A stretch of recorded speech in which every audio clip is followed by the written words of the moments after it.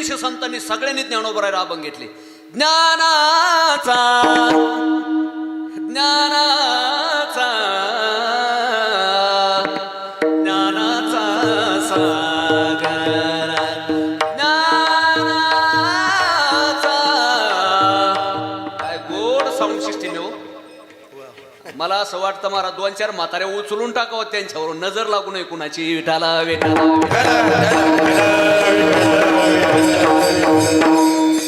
ज्ञानाचा सागर.